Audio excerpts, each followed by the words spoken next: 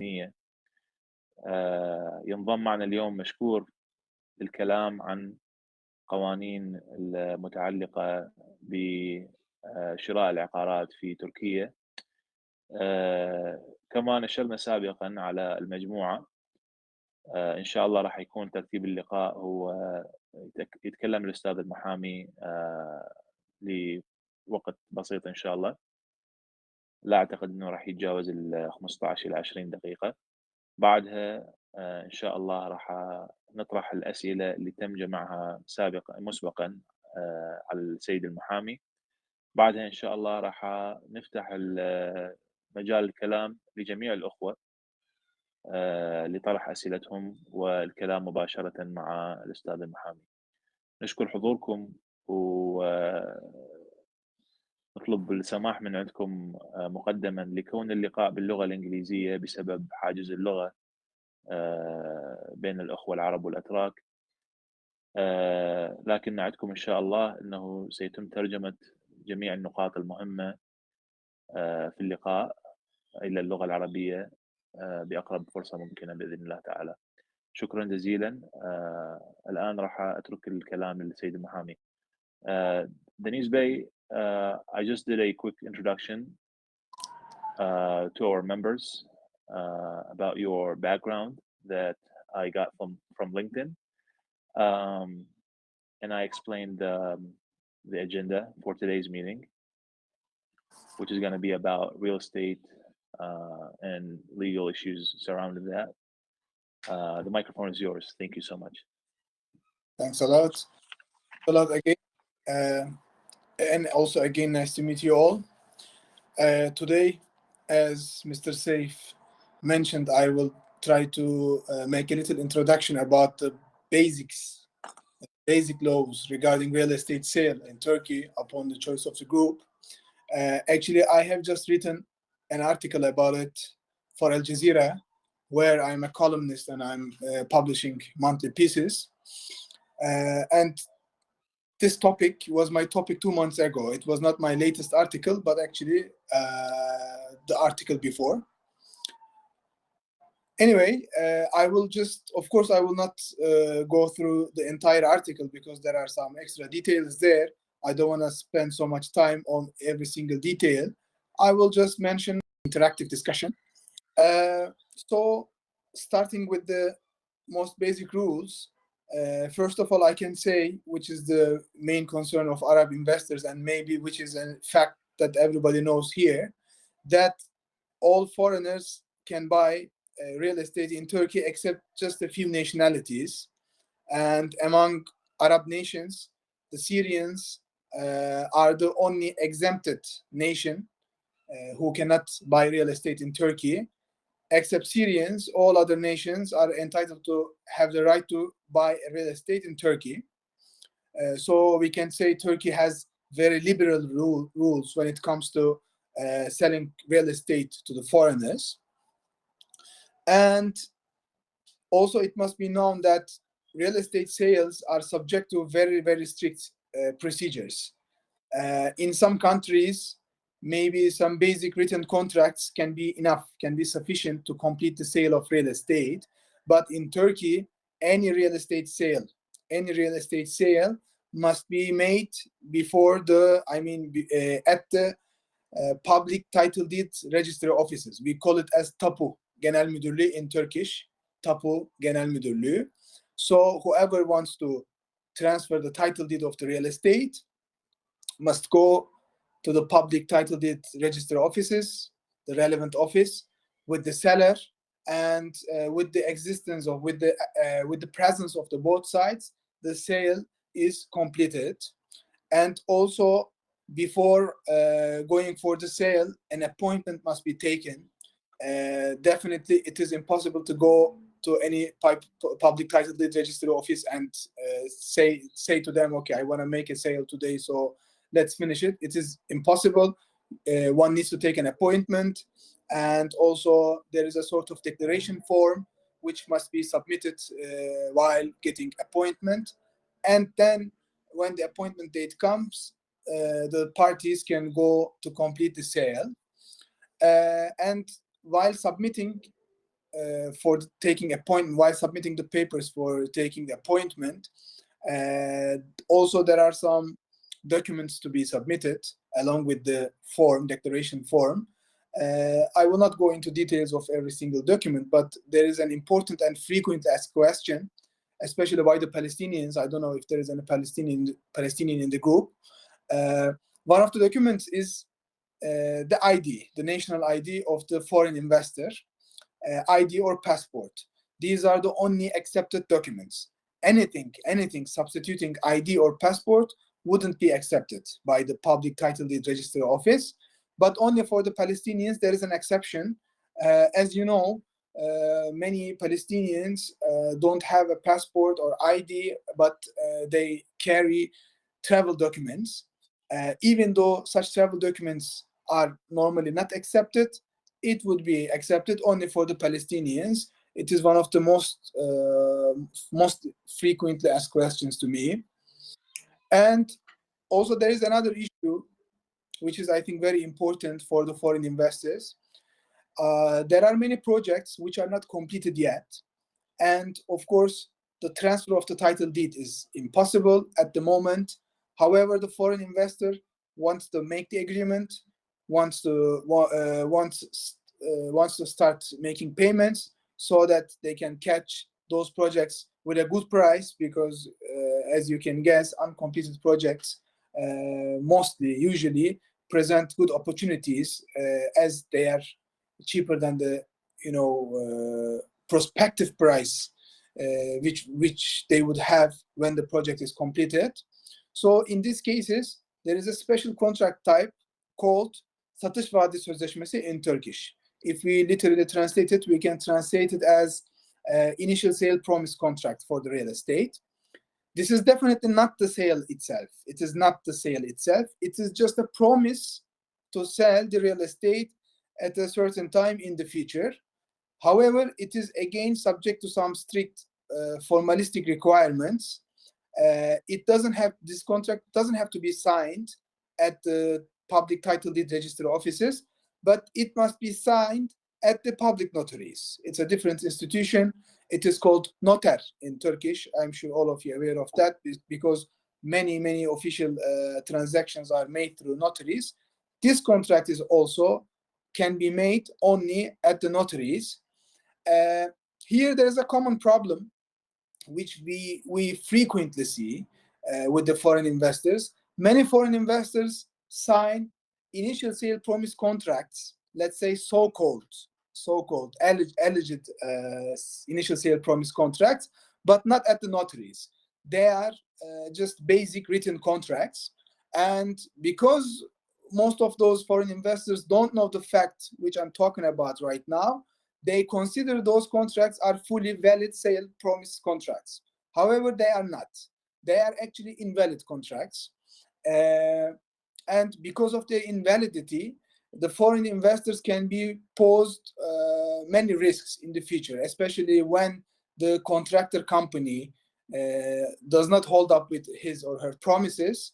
And if they cannot complete the project, then the issue can be subject to a lawsuit. It can be a legal dispute.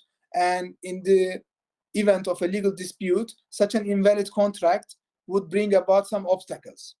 However, I should also note, which is a crucial note, these contracts are not completely invalid in case there is a legal dispute. So let's say there is an exception, there is an exceptional situation to this invalidity. It's a quite complicated matter. I would like to tell you all details about it, but it would be very difficult to discuss it here, and there are many technical issues regarding that. So I will just note it, and that's all. But if you have further questions, of course, we can delve into this topic. Another issue which is confusing for many foreign investors is the tax for real estate sales. In Turkey, we have such a tax. While a seller sells a real estate to a buyer, it doesn't have to be a foreigner, be it a Turkish person or a foreign investor. There is a certain tax, which is around 4%, and it's 4% right now, but sometimes it is reduced temporarily and then it goes up back. At the moment, it's 4% of the total sale price. So there is such a tax, and this tax legally must be paid by both sides. Actually, it must be split at 50%, by 50%, 50%. However, in practice, sellers mostly ask for buyers, foreign investors, to pay the full tax. And at this point, the foreign investors get confused because they want to know if they are fooled by the seller or they are not, if it is a normal rule. However, I can say they are neither fooled nor it is a standard rule. The standard rule is, as I said, to split it by 50%, 50%. However, whenever seller asks for buyer, customer, to pay the full tax, it is also not illegal. It is subject to their agreement. So if the foreign investor is willing to do it, they can do it. So there is nothing illegal in it, and there is nothing to be suspicious about if you receive such a proposal from the other side while buying a real estate. Also, it must be noted that foreign investors always can authorize third persons to represent themselves during the sale. So it means the foreign investors themselves don't have to be personally present during the sale, because at the beginning, as you can remember, I said that the both parties must be present at the public title deed registry office during the transaction, during the sale. However, if one of the parties wants to authorize a third person, it is also possible. But such an authorization is also subject to some strict formalities. First of all, the authorized person can be authorized only by a power of attorney. It's a specific document called vekaletname in Turkish, and power of attorneys can be issued only by two institutions. If the foreign investor is in Turkey, power of attorney can and should be issued by through the public notaries. If the foreign investor is abroad, this power of attorney can be issued only through the nearest embassy or consulate. And there is a very important point which is sometimes forgotten by foreign investors and which costs them a lot of time. In such power of attorneys, definitely the photo of the investor must be attached, must be stamped on it. Actually, if anyone wants to issue a power of attorney through public notaries in Turkey, it wouldn't be a problem, because the notary automatically would urge you to add the photo. They will never issue a power of attorney for real estate sale without a photo, because it's a very common rule. It's a well-known rule. Also, our embassies and consulates would never do this mistake. They would always, ask for the photo, and they would not let foreign investors to attach or stamp their photos on it. However, the problem occurs when our embassies and consulates don't issue power of attorney, and when they ask foreign investors to issue a power of attorney as per their own local rules, and then our embassy, Turkey's embassy or consulate, would only translate it officially and attest it. There are some countries like this. Actually, there are many countries like this, because in all countries, Turkish consulates and embassies, unfortunately, are not able to operate with full capacity. Especially in the Middle East, I can say the majority of the countries don't have fully competent Turkish embassies and consulates. For example, our Riyadh embassy, our Kuwait embassy, or our, I'm not sure at the moment, but I think also in Oman, in Muscat embassy. Sometimes our Abu Dhabi embassy. At the moment, our Cairo embassy. And I can count many more consulates and embassies. None of these embassies are issuing power of attorneys at the moment, or even when they issue just for some limited topics. So in such cases, the foreign investors in those countries have to go to their public notaries, or I don't know,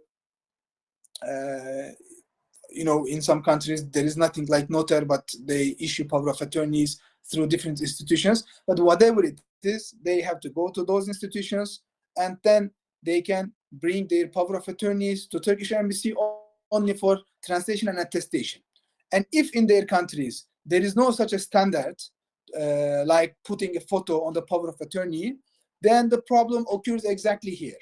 It is actually a very recent problem with Saudi Arabia at the moment. We have some clients in Saudi Arabia at the moment.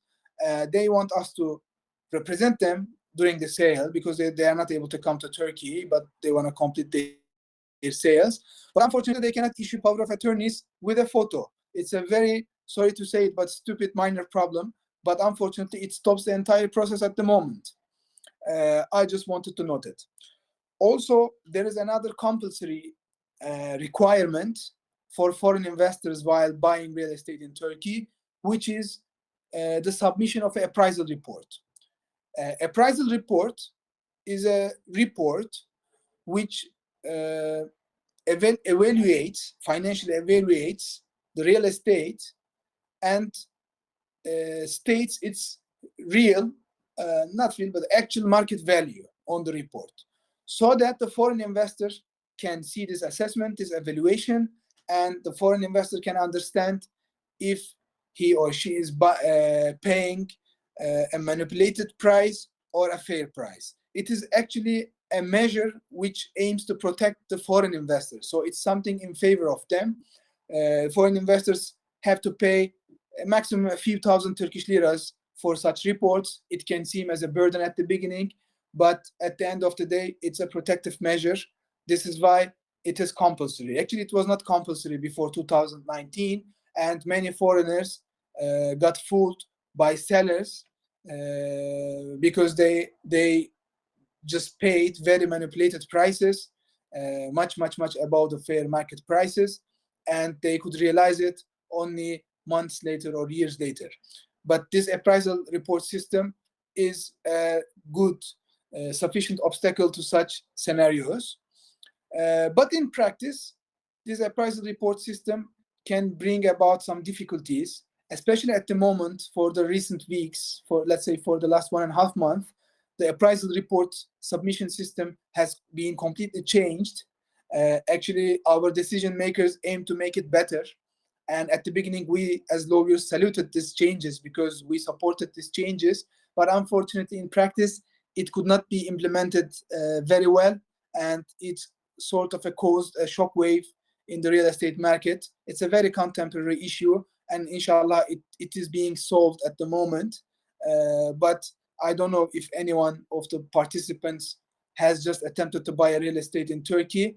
But if they did, if anyone did it, probably they faced the problem I'm talking about. And also my last 2 points. Sorry, I'm trying to read my note. I think I wrote it very bad. So, okay. Agricultural lands. There is another frequently asked question to us. The foreign investors are wondering if there is any specific restriction on them which would be imposed on them if they decide to buy an agricultural land, which is called tarla in Turkish.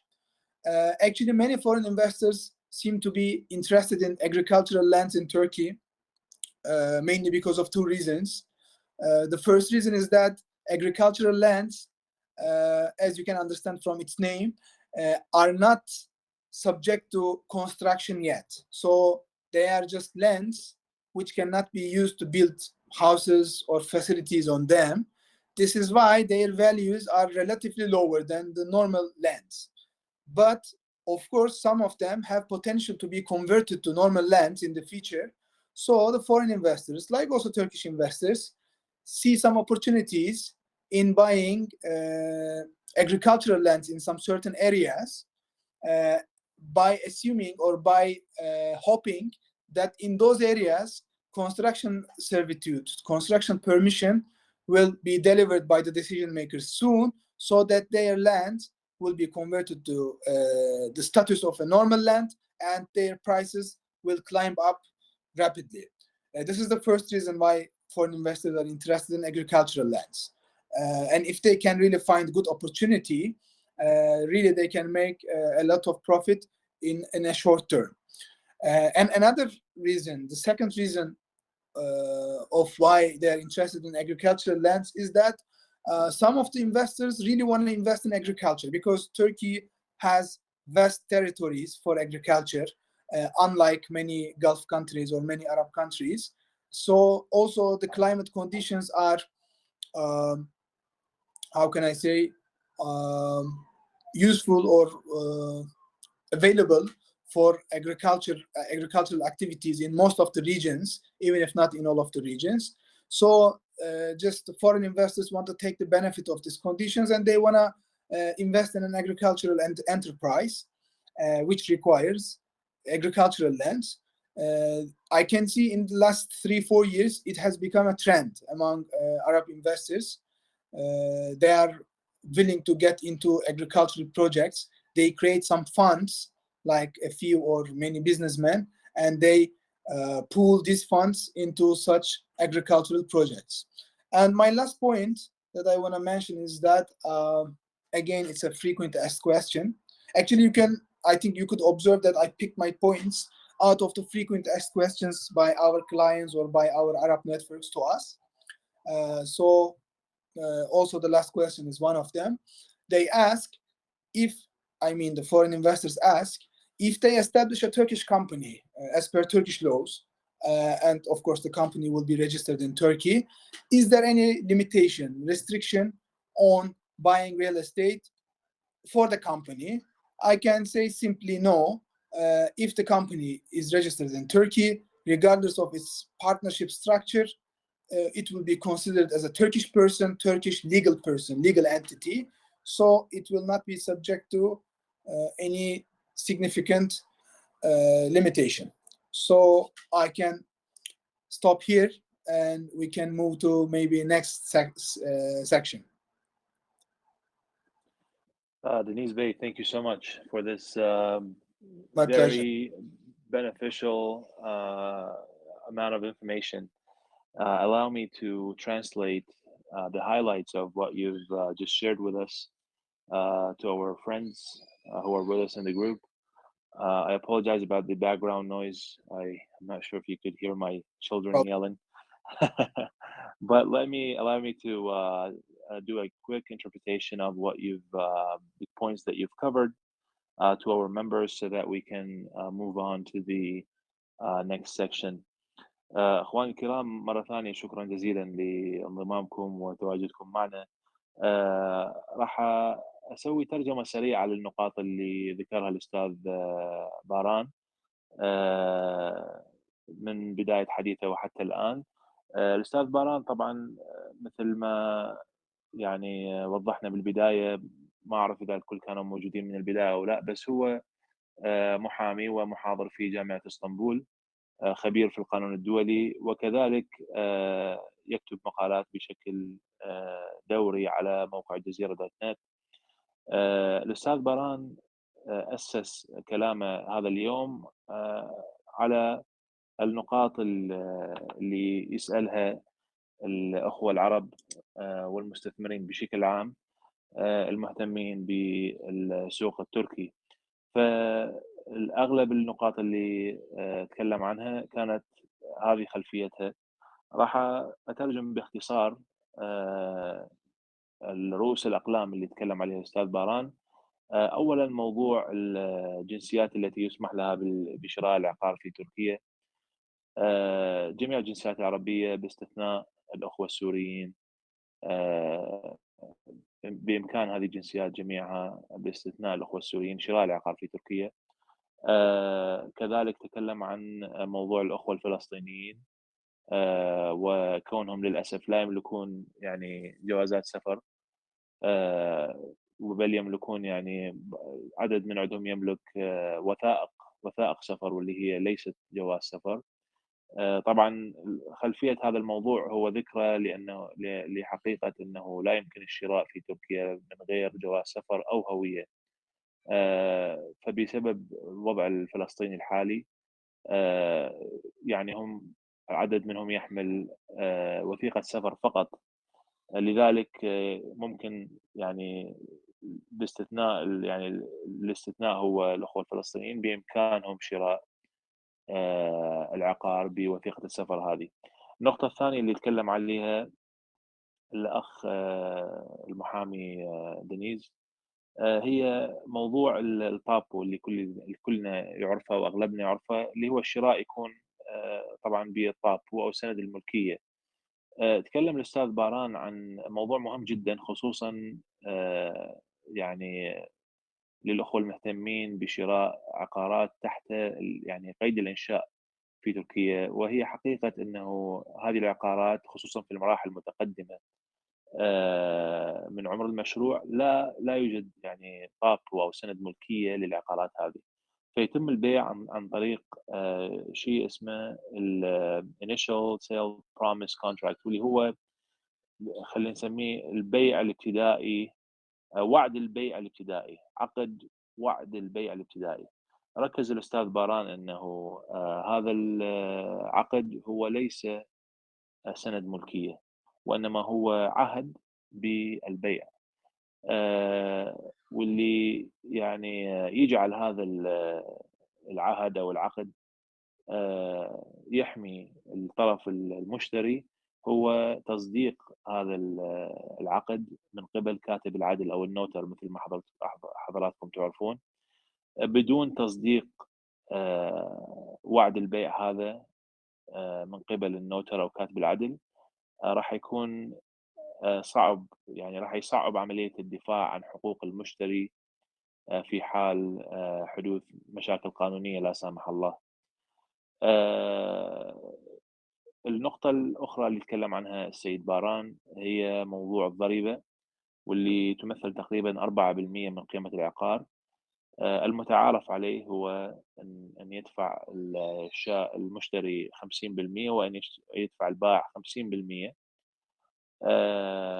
لكن مع ذلك ممكن اتفاق الطرفين على صيغة أخرى، كأن يتحمل المشتري جميع يعني مبلغ الضريبة. آآ ركّز الأستاذ باران على كون هذه العملية قانونية، يعني إذا حدث هذا الشيء وطلب المشتري بالاتفاق مع طلب البائع بالاتفاق مع المشتري أن يتحمل المشتري كامل مبلغ الضريبة، فهو الأمر هذا قانوني، بالرغم من كونه غير يعني شائع جدًا، ولكن يظل هو قانوني. ال الشيء الآخر اللي تكلم عنه السيد باران هو موضوع الشراء عن طريق الوكالة. طبعًا الشراء عن طريق الوكالة ممكن يعني في تركيا مثل ما حضراتكم تعرفون، بس هذه الوكالة لازم تكون موافقة لشروط معيّنة. الوكالة يكون مصدرها أما كاتب العدل أو النوتر في تركيا، أو يكون مصدرها السفارات أو القنصليات التركية خارج الجمهورية التركية. آآ الوكالة أمر مهم جدًا لازم تحتويه، هي صورة شخصية للمشتري تكون مرفقة أو ملصقة بهذه الوكالة. آآ يعني يتحدث الأخ باران عن مشكلة تواجهها القنصليات والسفارات التركية في عدد من دول العالم بالوقت الحالي، وعدد من سفارات دول الخليج مثل سفارة الكويت والرياض ومسقط وأبو ظبي والقاهرة كذلك، بالإضافة إلى دول الخليج. هي عدم وجود الكادر الكافي في السفارة لإتمام عملية الوكالة للشخص الأجنبي على مدى يعني على يعني طول الوقت، يعني يعني بشكل دائم. فاللي يصير إنه السفارة تنصح المشتري استخراج وكالة من خارج السفارة أو القنصلية، ومن ثم ترجمتها في السفارة أو القنصلية، ومن ثم استخدامها في داخل تركيا.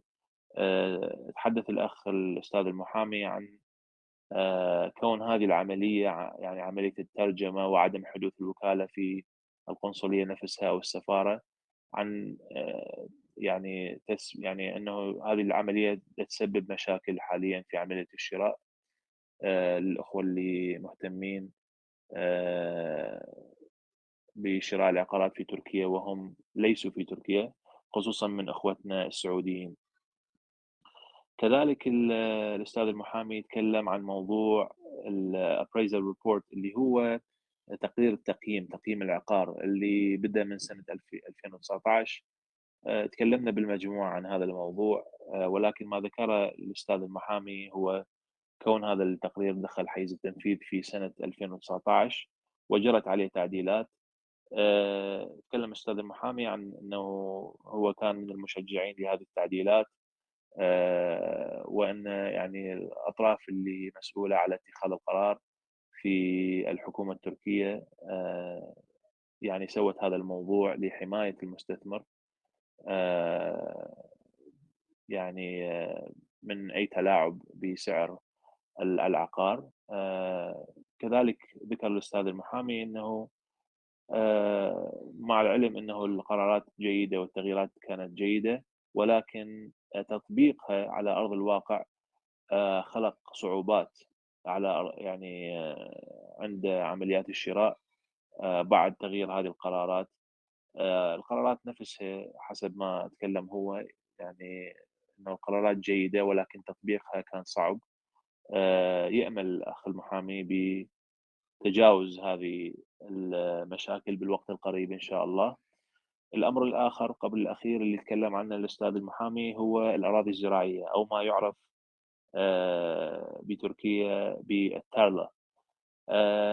تكلم الأستاذ المحامي عن كون هذه الأراضي يعني جذابة لكثير من المستثمرين خصوصا العرب في تركيا، لكونها أراضي لا يمكن البناء عليها، لا يمكن بناء مجمعات سكنية عليها، فتكون أسعارها أقل بكثير من الأراضي اللي مخصصة لبناء المجمعات السكنية.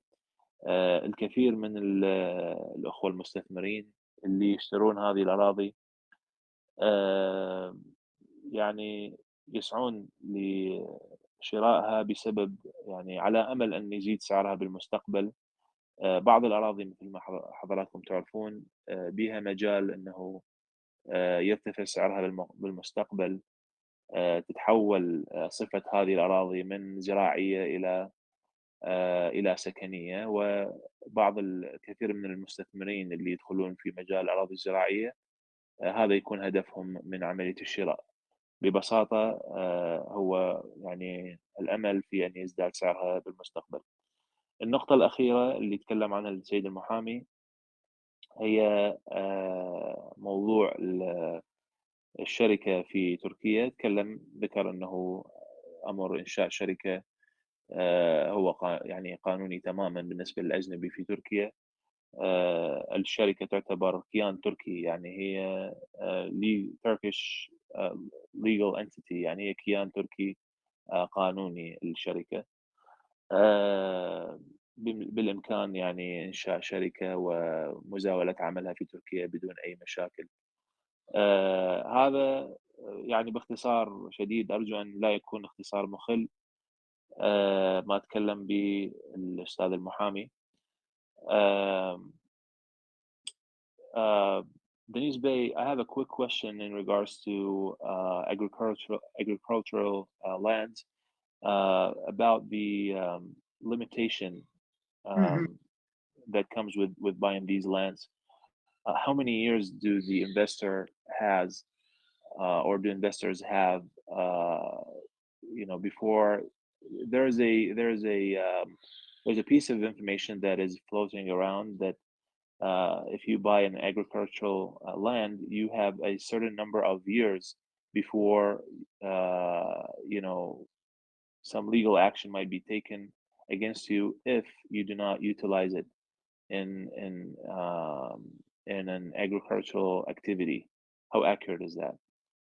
It is true. It's a totally accurate information, and the duration is 2 years. 2 years. Very good. Thank you.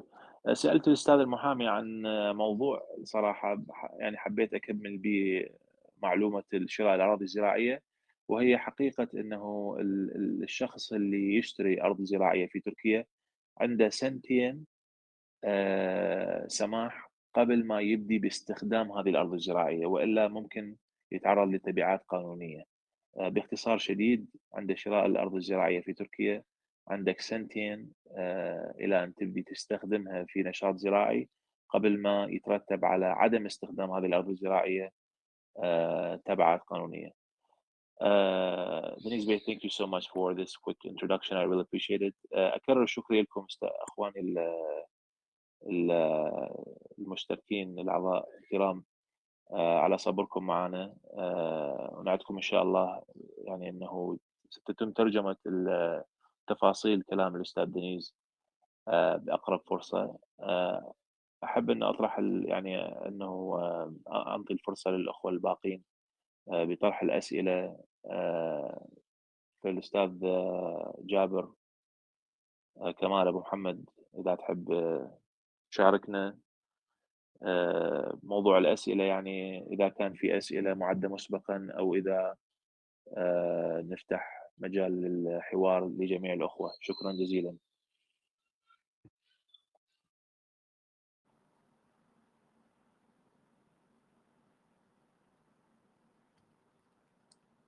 Okay, are we done? اخواني الكرام، اي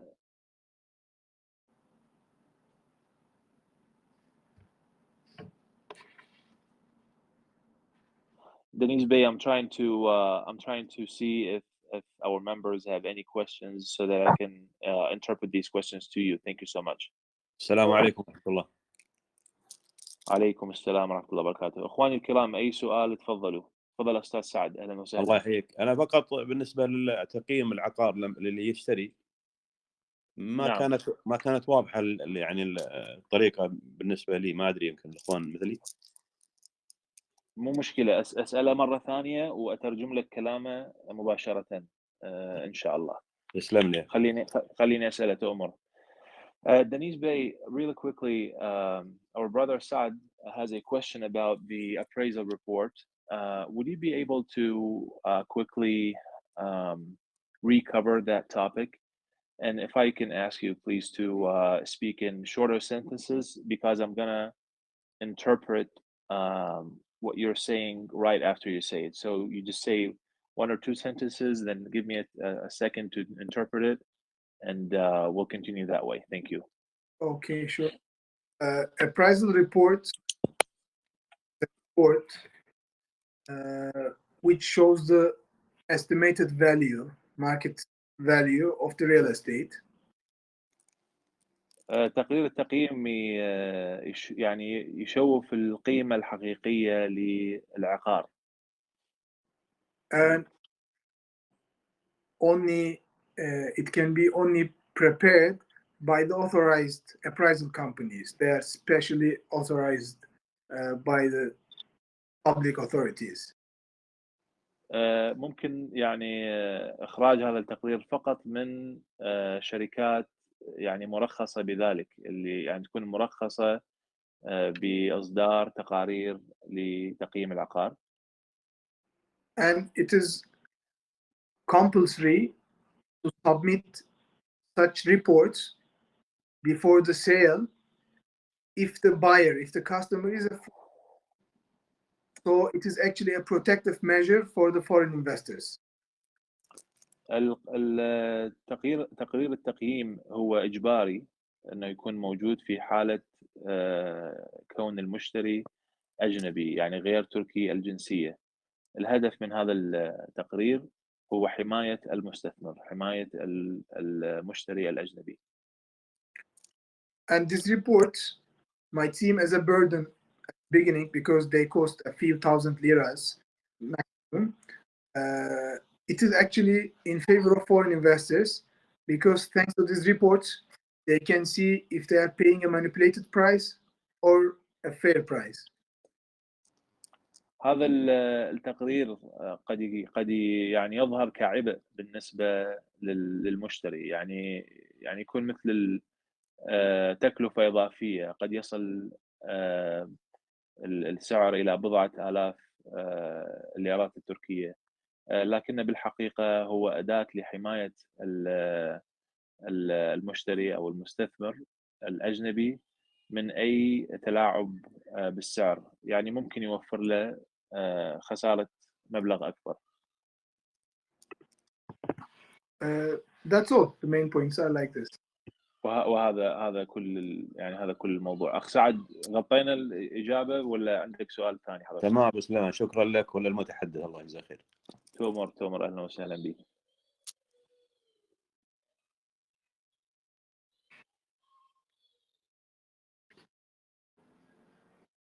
أخوان الباقين أحد عنده أي سؤال؟ السلام عليكم، يعطيكم العافية. أنا أعتذر عن التأخير حبيبي أبو سليمان. عليكم السلام، أهلا أبو سعد، هلا بيك حبيبي، الله يحفظك ولا يهمك، حبيبي. كله مسجل. الله يسلمك. Dennis, welcome to our voice chat. We're interested to and we got to meet you over here. It's my pleasure. Thanks a lot for your invitation. Thank you.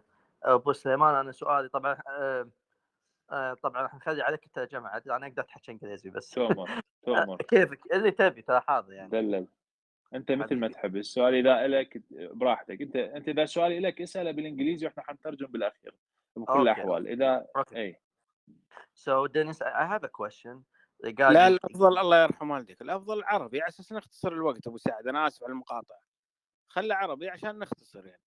ابو سليمان يترجم سؤالك ويترجمه بيطول الوقت علينا. ابشر انا كنت راح اسوي الشيء هذا بالضبط بس يلا.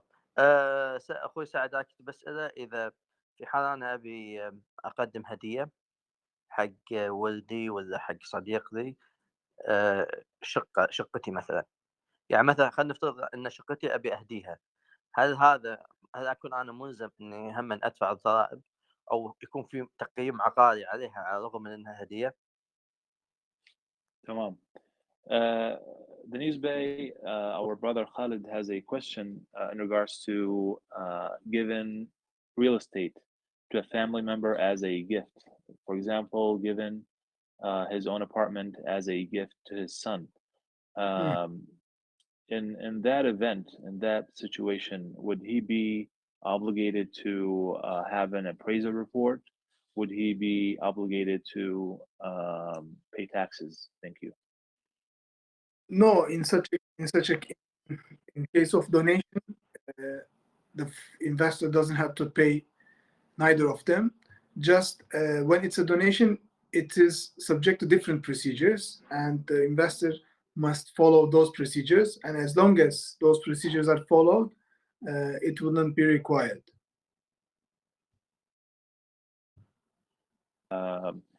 جواب الأخ دنيز للأخوة الباقين، أتصور أستاذ خالد أبو سعد فهم الموضوع، بس الجواب هو ببساطة لا غير ملزم أي إنسان يهدي عقار لأي شخص بدفع الضريبة أو القيام بموضوع تقرير التقييم الابريزل ريبورت.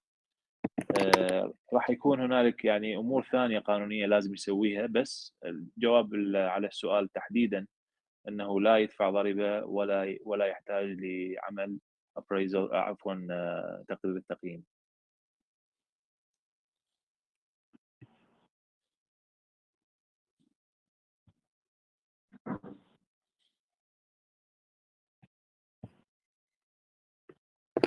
وانا الاحبه احد عنده اي سؤال؟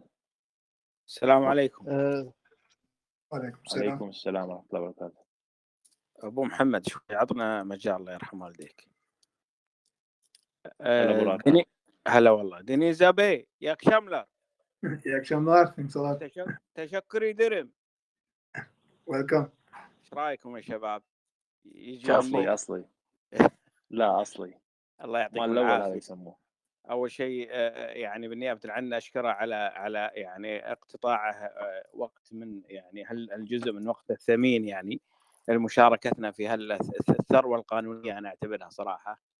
انا عندي سؤالين، تبين اسالهم مع بعض ولا متفرقين؟ انا افضل اخليهم متفرقين. السؤال الاول لا يا برايكان ما يصير سؤال واحد بين سؤال ثاني، عط مجال حق غيرك. مو شغلك.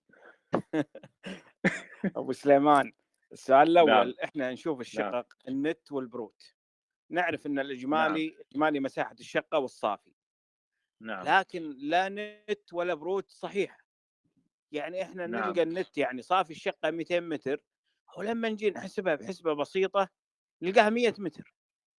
والكلام هذا مو يعني الاعلان، هذا في الطابو يعني في الرسمي يعني. انا هذا اللي انا شفته يعني. هذا سؤالي الاول. تمام، سؤال ممتاز. اسمح لي اترجم اخوي براكان الله يحفظك. Deniz Bey, this is one of our very valued group members slash honor admins, our brother Burakan from Kuwait. In the beginning, he wanted to thank you on our behalf, on all of us behalf, to basically spend time with us and share your valued time with us. He wanted to extend his thanks and gratefulness to you for sharing this very valuable information. He has a very good question, which is in regards to the net area of the real estate. For example, an apartment and the brut or total area. He noticed that, as we all know, the net is usually less than the brut. If you're looking at an ad on Sahibenden or any other means, a lot of times the net, for example, is 150 and the brut is maybe 200. But his observation is when you do the actual measurement of the apartment, you find that it is actually lower than the net, what should be the net area. He's not talking about ads. He's talking about the title deed, the tapu. The tapu, for example, would say 100 or 200, but when you do the actual measurement yourself, you find that no, that amount is actually lower. That number is actually lower on the ground. This is the question. Thank you. Actually, it's true observation, but it's not a legal issue in the meantime. It's a technical issue. It is true that the technical calculation details of net size of flats is different than the actual space that we are using in the flats, because they include some spaces which are not actually spaces into this calculation. So the net number is always slightly higher than the real size that we are using, that we are filling. But there is no way to change it. At the end of the day, such details, such calculation methods are regulated by specific regulations, and it is not considered to be a cheating in the eyes of legal perspective, legal regulations. So what the foreign investors can do is to check the real estate by visiting it if possible, and deciding if it is enough for their use or not. Plus, I should also note that this changes between the margin between the real net size and the actually written net size and the actual net size must be slight. It cannot be a dramatic margin. So it also shouldn't be very disturbing for the foreign investor.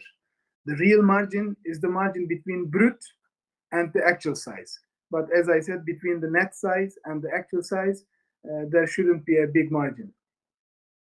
There should not be a big margin. No. Allow me to just add something to the question. In light of what you just shared with us, our impression is that the brut basically contains facilities inside the complex, like the gym, the pool, the sidewalks. The I couldn't hear you. Yeah, the avenue, the space, the elevators, the space outside the flat, and the elevators. It includes everything. Includes everything, yes. But you're saying is that this is not the case between actual and net. The net should be very close to the actual measurements of the apartment. Very close, but close. it shouldn't be very different. Close. Yeah. Close. Great. Okay. Let me interpret what you've just told me. اخوي ابو راكان هذا big يقول difference السؤال between انا فهمته والله بس انت ترجمه لكن تمام. لا يعني بين النت وبين الواقع فرق كبير. خلي البروت الحين، احنا ما نتكلم عن البروت.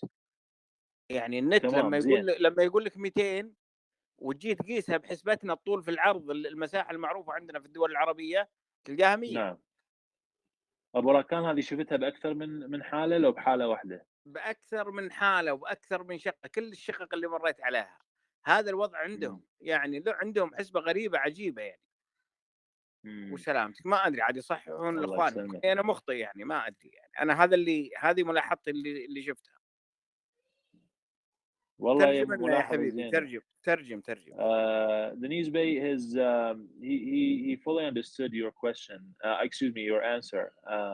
His observation was that he noticed a big difference between the net and the actual. So he's not thinking. I could not hear you. Like how much percent he means? What is the percentage? شنو النسبة أبو راكان؟ يعني إذا 200 متر مو شرط نسبة بس من إلى. النسبة دبل. إذا 200 تشوف 100 متر. اي والله لدرجه ان واحد كاتب 290 وخليته يقيسها بالمتر، يقيسها ويرسل لي بالمتر، طلعت ما يعني اذا ذبحت نفسها 120. تسمح لي شوي ابو سليمان؟ تفضل ابو محمد، تفضل عيني. السلام عليكم، يعطيكم العافيه، قواكم الله. اشكر المحامي على اسم الاستماع لنا، وراح نأذي شويه. في مداخله عندي على ابو ريكان، بس ترى انا مو بشار، ترى مداخلتي بسيطه عليك يا ابو ريكان. المقاس ينحسب عندهم في تركيا قطاع كامل، ما ينحسب بالاسوار. يعني اليوم انت بنيت طابوق هو ما يحسب لك اياها مع الطابوق او الجدار، بمعنى ياخذ لك المقاس كامل قبل لا يبني الجدار، ياخذ المقاس كامل مع البلكونات ويحط لك على هذا الرقم، يحط لك هذا مقاس الشقه. انت تبني العواميد، تبني الطوابق، فانت بالنسبه لك، احنا بالكويت عندنا وبالخليج ان احنا ناخذ المقاسات بالفعلي مع الجدار. يعني الجدار موجود اليوم، اقيس الصاله، اقيس الغرفه الثانيه، اضربهم بهذا يطلع لي المقاس كامل. عندهم لا، باختلاف. يبني المبنى فاضي، المبنى يقيس الشقه ويعطيك المساحه، يقول لك هذه المساحه اللي راح تاخذها. وسلامتكم. اعتقد لو تترجم حق التركي بهذا الكلام اعتقد راح يكون معك بالمحامي. هذه ما تفرق لها 10 متر مربع لو بتقيسها فعليا الطوف هذه. يعني الحين انا بتكلم عن نفسي مثلا. انا قست الشقه، اختلاف تقريبا 30 ل 30 40، بس مو الدبل، وايد الدبل. 30 40 شنو؟ يعني انت تتكلم مثلا 210 الفعلي عندي 180 185. اي ممكن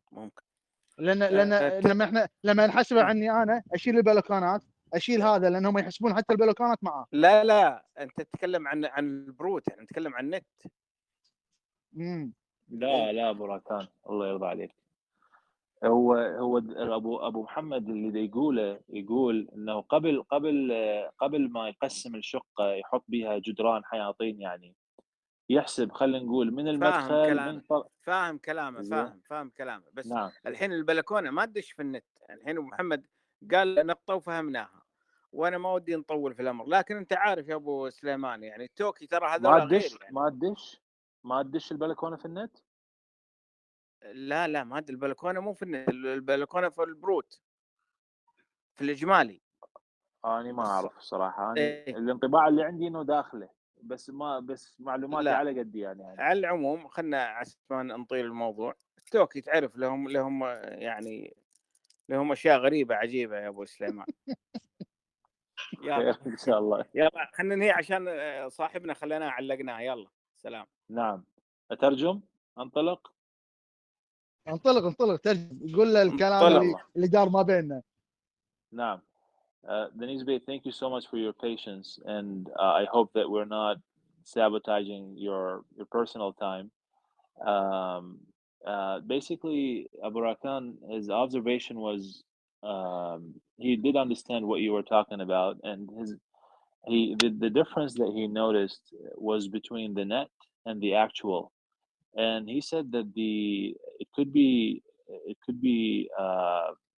really dramatic at sometimes, like you can be told it's 190, but when you actually measure it, you end up with 120. Another group, the group owner, actually, Mr. Abu Muhammad, his his observation was that the net represents the total amount of the space that the apartment is occupying, meaning before you cut the apartment into basically living room, kitchen, bedroom, bathroom, and all that, what the construction company or the builder looks at the net amount is basically length by width, whatever number that you get, that total space before adding the walls represents the net. Also, we had one more thing that I would like to ask is that we had a small argument about whether the balcony is considered to be within the net or is calculated against the brute area. Thank you so much for your patience. First of all, let me state, I think it will be my last answer because, as I told you before, I could spare 1 hour, and I will need to move. I will need to move to another work. So not a problem. At the beginning, and regarding answer of this question, as I said, I'm not very familiar with specific technical details of this calculation because it's a technical matter and it's not a legal matter. To be honest, as lawyers, we are not getting into too much of the details, the details of the topic.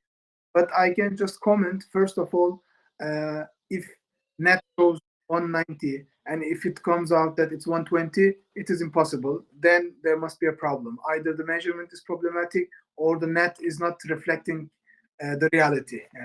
The discrepancy between them, the margin between them cannot be that much. It can be around 15%, 20% maximum. But I did not see any other example so far. I did not see any example which exceeds 15% to 20%. And regarding the calculation of the net, I think it's true that the net reflects the total, the length and width of the flat, I believe, and there are some other parts which are not actually used by us, but added into the calculation. But I cannot exactly say this is net and this is not net. However, I can say that balconies are calculated in net. I'm sure about this. If there is any terrace, if there is any balcony, it is calculated within the net amount, net size. Very good. Deniz Bey, thank you so much for your time. We really appreciate you coming and spending time with us. I would like to state that whoever wants to reach me can get my contact from Mr. Saif. Mr. Saif has my number and email, I believe. So whoever wants to reach can reach me anytime. And also for the convenience of language, I have a full-time Arab translator normally. I was not expecting that I was going to need her, so I did not call her. But anyway, you could help me in this meeting. But in any other private conversation, if our participants need to communicate in Arabic, also I can help in it. Very good. Are you open to more meetings in the future? Yeah, why not? As long Inshallah, very good. Yeah. Very good. Thank you so much for being available on behalf of the group. Thanks again, and we wish you a pleasant evening and a great day. Thank you. Thank you. Assalamu. مع السلامة، الله معك. السلام عليكم يا حبايبنا. يعطيكم العافيه، يعطيك قواكم العافيه. الله. الله يحفظكم يا سليمان رب. شلونك شكرا ابو سليمان، ما قصرت، الله يحييك. على راسي، تؤمر أمر. سليمان؟ تسلم.